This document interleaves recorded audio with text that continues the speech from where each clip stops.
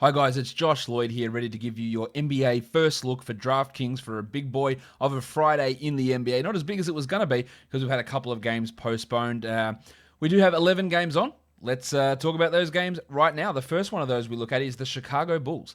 They are taking on the Charlotte Hornets, and they're going to be doing it most likely without Wendell Carter Jr., who's doubtful with a thigh issue. Otto Porter's likely to return. Patrick Williams is likely to play as well. But that absence of Carter really opens things up for a bloke by the name of Daniel Gafford. Now, I don't know if Gafford's going to start. They might put Porter and Williams into the starting lineup and move Markkanen across the center. But at 3,100 for Gaff, who's a guy that can block shots really quickly, like get him up. He had 18 points last game, in 18 DraftKings points in 16 minutes, 17 the game before that. At 3,100, he is going to be the guy that everyone should be looking at in all formats of DFS. Even in the GPPs, I think, because that sort of salary, minimum salary for a guy who could be literally a 10x player, I think you've got to have that in to get those other guys around you. There's also going to be the return, most likely, of Cody Zeller, who's missed a bunch of time with a broken hand. He's at 3,500. I think that he's okay at that price. I don't like him as much as Gafford, but if you want to differentiate yourself and throw a cheap center in there, Zeller at 3,500 is all right, but he doesn't have anywhere near that sort of upside. With Carter out, Markkanen hopefully can take a few more shots closer to the rim, score a little bit more efficiently. Maybe he can block some shots. I like him at 6,600. On the Hornets side, I like Gordon Hayward at 7,700. I'm less interested in PJ Washington just because I'm not sure how much he's going to play at center. And when he plays at center, he blocks more shots and he grabs more rebounds. And if Zellers back, he probably plays less time there, which takes away some of his appeal. I still think he's all right at 6,800. I just don't think he's probably going to be the best one out there. Zach LaVine's super intriguing at 9,500 because he's putting up massive numbers, 54 in the last game, but 9,500 is a chunk for LaVine. Do I want to spend that much on him? Look, one dud in the last four, 54, 56, 67, and then a 32-pointer. So he's getting you, $10,000 worth of value. The thing that would lean me towards LaVine in this is that defensive backcourt of Graham and Rozier should allow him to have some pretty good numbers. Terry Rozier's all right, not interested though too much, and LaMelo at 7,800 is just way too expensive. I don't think Patrick Williams or Otto Porter are really going to tickle me in the places that need to be tickled to get them into DraftKings lineups. Let's go look at the next game. We're looking at the Houston Rockets and the Detroit Pistons, and in this one there is some absences that are important because Christian Wood will not be playing, nor will John Wall. So we're going to have some real opportunities, and the major opportunity that we need to focus on is one DeMarcus Cousins, 4,400 for Boogie. He's not playing a lot of minutes because he's playing exclusively behind Wood, but 16 points in 14 minutes last game, 15 in 16 the game before that. Give us a point per minute, that's fine. He plays 30 minutes, he gets 30 points, 4,400. Love it. He's not shooting the ball well, but he could easily have 40 points here. He could have 50 points. It is a massive one, and the price is higher than, say, a Daniel Gafford, but it's an unbelievable opportunity. I think we've got to look at Wayne Ellington as well, who is the starting shooting guard. Doesn't look like that's going anywhere. He's hit a bunch of threes in the last couple of games. He's at 3,900. He's more of a floor guy, more of a floor cash player. But at 3,900, 22, 23 points is not a bad not a little bad return on your investment there. Eric Gordon at 57 is more cash to me than anything else. Well, Jayshawn Tate should start again with Daniel House out, but at 4,900, I'm not massive into that. I am into Victor Oladipo though. $8,000 playing as a point guard helps his value, so that looks to me to be a pretty strong one. Well, Jeremy Grant, one of the most biggest, that's not the right word, just the biggest, that's probably the right word. Biggest surprises of the year, 8,100 for Jez. He's like a 40-point guy nearly every night, 45 a game over his last five. His lowest score in his last five has been 35. That looks to me really, really strong. There's a ton of value in that game with the Rockets and the Pistons, especially with that absence of Christian Wood. Next up, the Orlando Magic. They are taking on the Indiana Pacers. We don't know whether Miles Turner is going to play. That's probably the big question mark here for this game. Jeremy Lamb's at 3,700. First game back, 17 points. Started out well and then dropped off a little bit after that, which is to be expected after 11 months of not playing. Nobody thinks that that's anything too wild for Jeremy Lamb, but I think at his salary, with his opportunity, with the absence of LeVert and the absence of Warren, he's at least a flyer that we can have a look at and someone that we can have a crack at, I think, at that sort of salary. Malcolm Brogdon's at 8,200. I don't mind Broggo at that salary. I think that what he's doing at the moment is remarkably consistent with a really high floor. Sabonis at 9.9 is probably pushing a little bit on the high side, especially with the defense of the Magic and the way they slow things down. So I'm not super into that. I'd rather go with the guy who's going to be opposing him, and that's Nikola Vucevic, $1,000 cheaper for Vuce, and can easily get you 50 points. Ken Birch is playing a lot of minutes at the moment, but I'm not sure it's the greatest option for us here. While we've got to look at someone like Aaron Gordon at 7,600 because he's handling the ball an absolute ton. Gordon is listed inexplicably as a point guard on DraftKings, 7,600 for Gordo. He's averaging 40 points over the last 5. The ball's in his hands a ton, so that is some really, really strong value for DFS. I am in on Aaron Gordon in this matchup. Cole Anthony at 5,200. He's actually averaging 29 DraftKings points over the last 3 games. Hit the game winner last game. I don't love him, but I do think that he can be utilized as somewhat of a GPP option. The next game we look at, it is the Boston Celtics. They are taking on the Philadelphia 76ers again. Jason Tatum is out once more with his COVID diagnosis. So there is opportunities for a lot of players. On the Philadelphia side, Seth Curry returns. He's at 5,100. The last time we saw Seth Curry, he was casually dropping 41 DraftKings points. Do we want to use him first game back? I reckon there's a little bit of a risk just because we don't know how the minutes will go, but I don't mind it. Marcus Smart at 62, I wouldn't care too much for that one, nor with Ben Simmons, but Joel Embiid at 10,100. Embiid is just putting up monster number after monster number. 60, well, apart from that little bullshit 18-point game there against the Heat, he had a 65-pointer and an 83-pointer surrounding it. Love Embiid at that $10,000 mark here. Tobias Harris at 71 doesn't get me going. Jaylen Brown at 8,500 is also probably a bit high, and I no way do I want to spend 6,500 on Kemba Walker.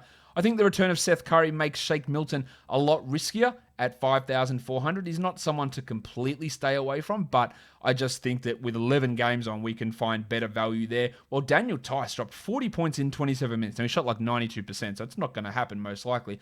But at 5,300, he is at least an option, and I don't think they'll really go to Rob Williams here, who is a terrible matchup against Joel Embiid, so we might see more of Thompson and Tice, specifically Tice. I just don't think that they're awesome DFS plays here in this one. Next game, the Miami Heat, the Toronto Raptors, another rematch from a day ago. The no spread or total out for any of these games that I've mentioned so far, weirdly enough.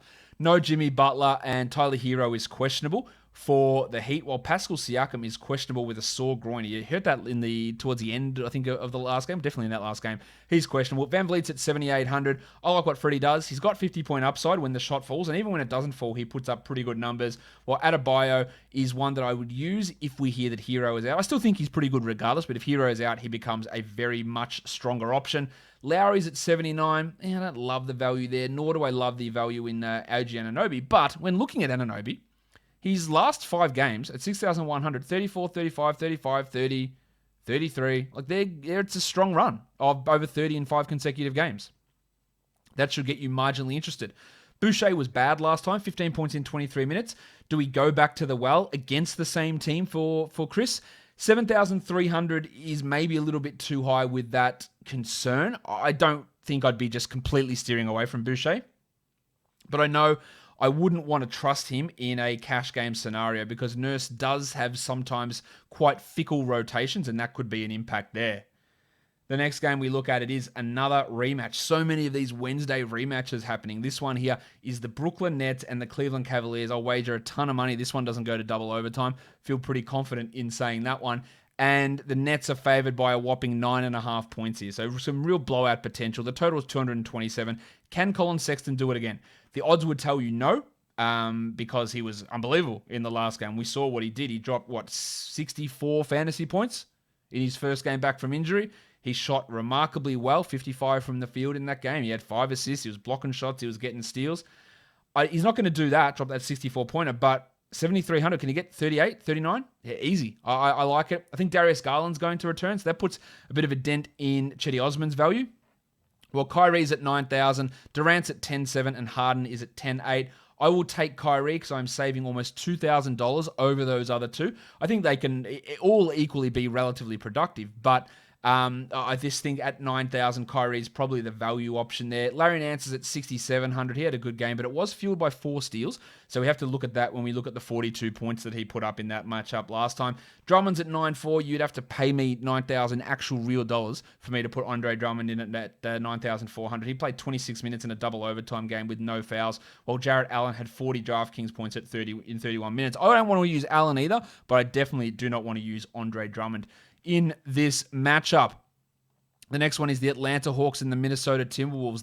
The Wolves are still going to be without Karl Anthony Towns, without Juancho Hernan-Gomez, and without ravishing Rick Rubio. So that is important to note. The Hawks could be welcoming back DeAndre Hunter and Cam Reddish, although they won't have Danilo Gallinari. Reddish is at 4,600. I think there's a good cash floor play there. Well, Clint Capella, just what a roll this bloke's on. He's averaging 62 DraftKings points over his last 3 games. Look at these last 3. 76, 54, and 54. He had 26 boards in the last game. He's played 39, 39, and 37 minutes. Now, is that because of absences of other players? I'm not sure that it is. I think that Capella looks pretty strong in this one. Trey's at 96, and he is back on track, averaging 57 over the last 3, while D'Angelo Russell at 8.7 is probably a little bit too high. Johnny Collins, 7,400 for John. Really played well last time against the Pistons, but that was an overtime game, so that's worth mentioning. He had 49 points in 43 minutes. I don't feel super interested in him, nor do I feel that great about DeAndre Hunter. And the Kevin Huerter price screw-up has been fixed. He's down to 5,900. To be honest, at 5,900, with the potential that one of Reddish or Hunter might sit, that's actually not bad for Kevin Huerter. You'd never want to pay that 9,500 price tag for him, but that's getting back into it. And if it's at 5,900, did someone just type the numbers in the wrong way? Did they just mix the numbers up? I don't know. I haven't spoken to anyone at DraftKings about it, but I wouldn't be surprised if that's what happened. We've all typed numbers in the incorrect order at some point in our lives. The next game, we look at the Dallas Mavericks and the San Antonio Spurs. Battle of Texas. The Mavs are 2.5-point favorites. The total is 223. They will still be without Josh Richardson, Dorian Finney-Smith, Maxi Kleber, and Dwight Powell. Jakob Poeltl's at 3,800 because he's been playing at a really high level the last couple of games. Over his last 3, Poeltl is averaging 27 DraftKings points. Now, last game he only had 15. And him getting enough minutes to be useful, he might be tough, but I don't mind him as a GPP guy. I'm finding it really hard to get excited about LaMarcus Aldridge despite the fact that he's at 5,500, and that's because he's been terrible. He's averaging 16 points over the last 3 games, which of course is not very good at all. There is some real upside though. If some shots fall, could he have 29 points, 30 points? Maybe. Not super into it though. I am super into Luka Doncic, 10,900 for the Donch. His last couple of games have been a bit down, but not down that much. He's averaging 58 over the last 3, while Porzingis at 8,100 looks to be awesome. Big minutes, big production. He's doing it all at the moment. Brunson will probably start again at 4,700. I don't love the value. I don't love the upside, nor with Trey Burke at 4,900. And then Timmy Hardaway at 55 is only ever, to me, a GPP guy. DeRozan at sub 8,000 has a level of interest. It's not a high level of interest, but it is a level of interest nonetheless. The next game we look at is, that one's been postponed. It is the Knicks and the Kings. That's the next game we look at. The Kings here are favored by 4 points. The Knicks coming off a back-to-back. Not that that's going to make any difference in terms of the minutes they play, because Tom Thibodeau will just still, if the games are close, he's still going to grind them into dust. We have Hassan Whiteside questionable and Marvin Bagley probable for the Kings. Rashawn Holmes at 6,300. Been a little bit down the last couple, Holmesy, but there have been some big blowouts for the Kings, so I think we have to factor that in. I don't mind him there. I think we can do better, though. 5,500 for Marvin Bagley. He's a guy that excels when it is a blowout, so maybe you look at it, but I don't think the Knicks game is going to be a blowout, so that takes some of the value away from Bagley. And then I'm staying away from Peyton and Quickly and Burks and Bullock. We just don't know what Thibodeau is going to do with minutes in those guys and the rotations there. Julius Randle at 9,100. Randle has been pretty consistent now. He can sometimes lose his legs in the second half of a back-to-back, so that's something to watch. And Alec Burks at 5,100. I think he's worth at least a GPP. Look, that is a low price for a guy that before his injury was putting up some pretty strong numbers. Let us move on now. The next game up is real blowout risk. This one, massive blowout risk. In fact, it is the Oklahoma City Thunder and the LA Clippers, one of the worst teams in the NBA against one of the best teams in the NBA. The Clippers are 13-point favorites, and the total is 220. There's no Al Horford for the Thunder, so you're looking at perhaps Isaiah Roby at 5,000, and not perhaps, I like that for Isaiah Roby at 5,000. He doesn't need to do much to get to that level, but it's really hard to get excited about anybody else. Gilgeous-Alexander at 79 could be good, but if they limit him and the playing time, he's not going to get there. Kawhi's at 97, Paul George is at 93, but I just worry that maybe they play 29 minutes or something. So I think this is the one that we really want to pay attention to in terms of avoiding because of the potential blowout possibilities here. You could look at Lou Williams at 37. I won't, but you could do it, and then you should probably just ignore that thought process and then not go ahead with it. The last game is the Denver Nuggets. They're taking on the Phoenix Suns. The 11th game of the day. Michael Porter Jr. could be back. He's just questionable because of his conditioning. I don't know that he starts and plays big minutes straight away, and he's priced at 6,800, so it's probably a little bit on the high side for Porter at that sort of salary.